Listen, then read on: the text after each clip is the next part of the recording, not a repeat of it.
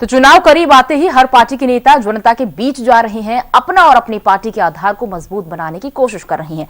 और इसी कड़ी में खेल और युवा कल्याण मंत्री उपेंद्र तिवारी अपने चुनावी क्षेत्र कानपुर पहुंचे। उपेंद्र तिवारी से खास बातचीत की संवाददाता हर्ष पांडे ने। कुछ महीनों बाद उत्तर प्रदेश में विधानसभा चुनाव होने हैं, सभी पार्टियां अपनी अपनी तैयारियों में लगी हैं। इस वक्त हमारे साथ बात करने के लिए मौजूद हैं उत्तर प्रदेश सरकार में खेल एवं युवा कल्याण मंत्री उपेंद्र तिवारी जी। सर, सबसे पहले बात आपके आज के बयान की। आपका एक बयान जो आज टीवी की हेडलाइन बना, उस पर क्या कहना? देखिए, जो हमारा बयान है वो तोड़ मरोड़ कर दिखाया जा रहा है। जिस किसी ने भी दिखा रहा है, जो हमने बयान दिया है वो पेट्रोल को लेकर के है और पेट्रोल से चलने वाली 4 व्हीलर गाड़ियों को लेकर के। क्योंकि ये बात हो रही थी कि महंगाई बढ़े। हमने कहा कि उत्तर प्रदेश के अंदर जब योगी जी की सरकार नहीं थी और मोदी जी की सरकार नहीं थी तो प्रति व्यक्ति आय की तुलना आप कर लीजिए, और आज 4.5 साल और 7 साल के अंदर जो आमदनी बढ़ी है तो सीधे दूना से ज्यादा बढ़ी। क्योंकि 45-46 रुपए प्रति व्यक्ति आए थे, आज वह 97 रुपए गई, यानी दूने से भी ज्यादा गई। जहां तक बात है कोरोना महामारी के दौर में पूरे देश और दुनिया में कोरोना रहा।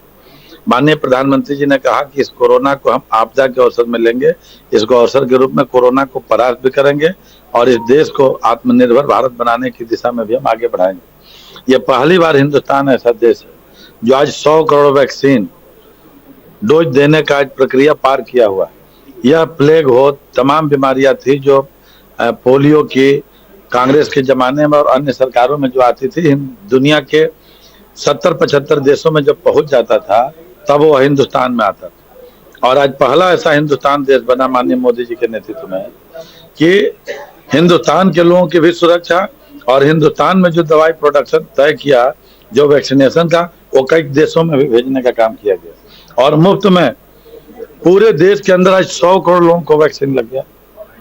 पूरे कोरोना काल के दौरान मुफ्त में पूरे देश भर के लोगों का इलाज हुआ। जो भी सरकारी अस्पताल में गए होंगे, हम खुद कोरोना के मरीज, मेरे भी इलाज पे कम से कम पीजीआई जैसे हॉस्पिटल में 2.5-3-4 लाख रुपए लग गए होंगे। हमारे साथ तमाम लोग थे और इस तरीके के तमाम गरीब लोग रहे जिनका इलाज सरकार ने पूरे उत्तर प्रदेश और देश के सभी हॉस्पिटलों में निःशुल्क कराया।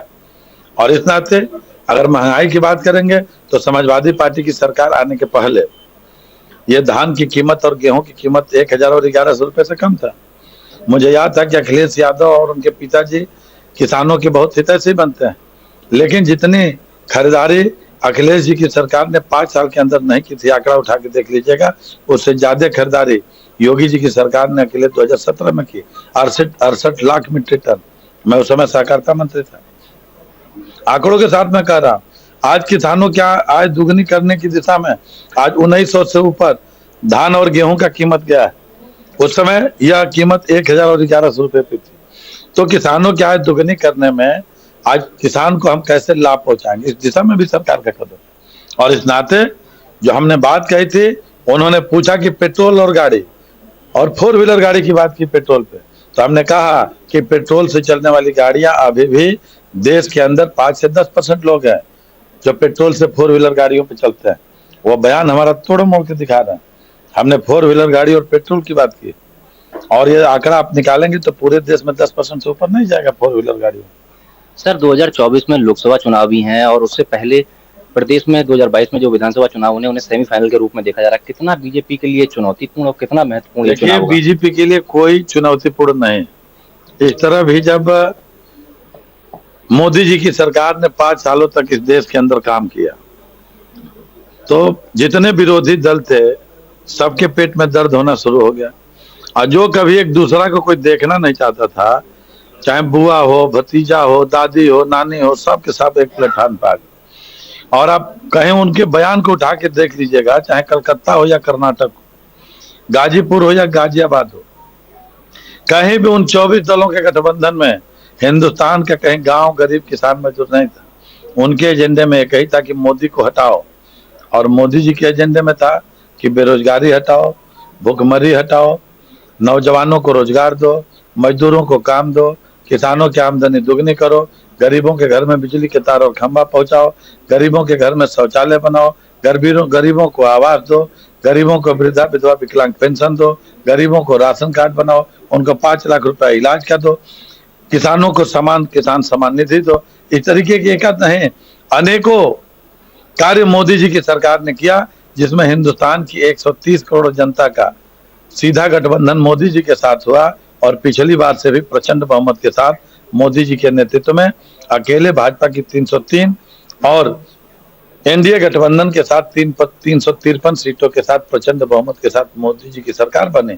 ठीक उसी प्रकार से आज उत्तर प्रदेश के अंदर जो पूज्य योगी आदित्यनाथ जी महाराज जी की सरकार ने 4.5 साल के अंदर काम किया है, हम लोग डंके की चोट पर कह सकते हैं कि हमारे भारतीय जनता पार्टी की भी सरकार रही है, उस सरकारों को भी मैं ऐड कर रहा हूं। तो जो काम 68 साल के अंदर नहीं हुआ है, वो 4.5 साल के अंदर पूज्य योगी आदित्यनाथ जी महाराज जी की सरकार ने किया। और इसलिए उत्तर प्रदेश की 24 करोड़ जनता बिल्कुल योगी जी की कार्यशैली से, मोदी जी और योगी जी की सरकार से संतुष्ट है।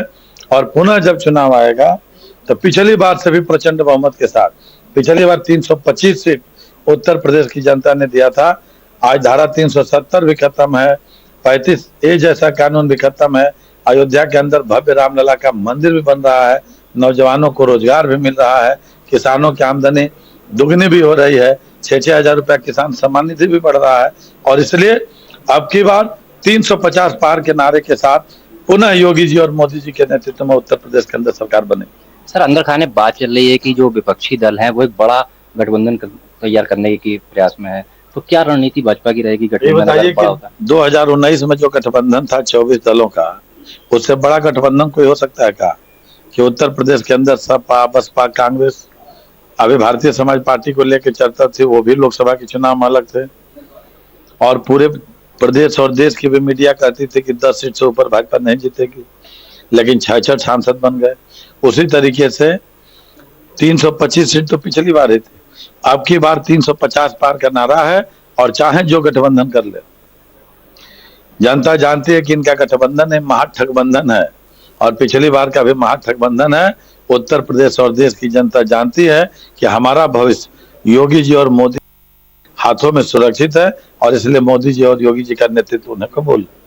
सर, 24 तारीख को भारत पाकिस्तान का वर्ल्ड कप मैच हो रहा है, T20 का वर्ल्ड कप का मैच, तो जिस तरीके से इस वक्त जो दोनों देश हैं उनके जो संबंध है, क्या इस मैच से कुछ दोनों देशों के संबंधों में कुछ फर्क पड़ेगा? ये मैच खिलाड़ी खेलते हैं, और कभी भी खिलाड़ी अपने लिए नहीं खेलता है। कभी भी खिलाड़ी खेलता है तो समाज के लिए खेलता है, अपने प्रदेश और देश के लिए खेलता है, और देश का मान सम्मान और स्वाभिमान बनाने के लिए खेलता है। तो खिलाड़ियों को इस झगड़े से क्या मतलब? तो खिलाड़ियों का अपना खेल है, उनका अपना प्रदर्शन होगा। और अगर हिंदुस्तान की धरती पर अगर कोई आतंकवादी आके आतंकवाद फैलाने की कोशिश करेगा, तो हमारे देश के सैनिक उसका मुंह तोड़ जवाब देंगे, तो अपना प्रदर्शन करेंगे। तो इसलिए उस दोनों का कोई वो नहीं है, अगर कोई आतंकवाद फैलाने की कोशिश करेगा तो उसका मुंह तोड़ जवाब दिया जाएगा। कोई यूपीए की सरकार नहीं, आज मोदी जी की सरकार, माननीय अमित शाह जी की सरकार, माननीय राजनाथ सिंह जी की सरकार, देश की सुरक्षा के साथ कोई खिलवाड़ नहीं किया जा सकता। तो ये थे उत्तर प्रदेश मंत्री उपेंद्र तिवारी जी, जो बता रहे थे कि भाजपा इस बार पूर्ण बहुमत के साथ प्रदेश में सरकार बनाने जा रही है। कैमरा पर्सन प्रमोद त्रिपाठी के साथ हर्ष पांडे, सहारा।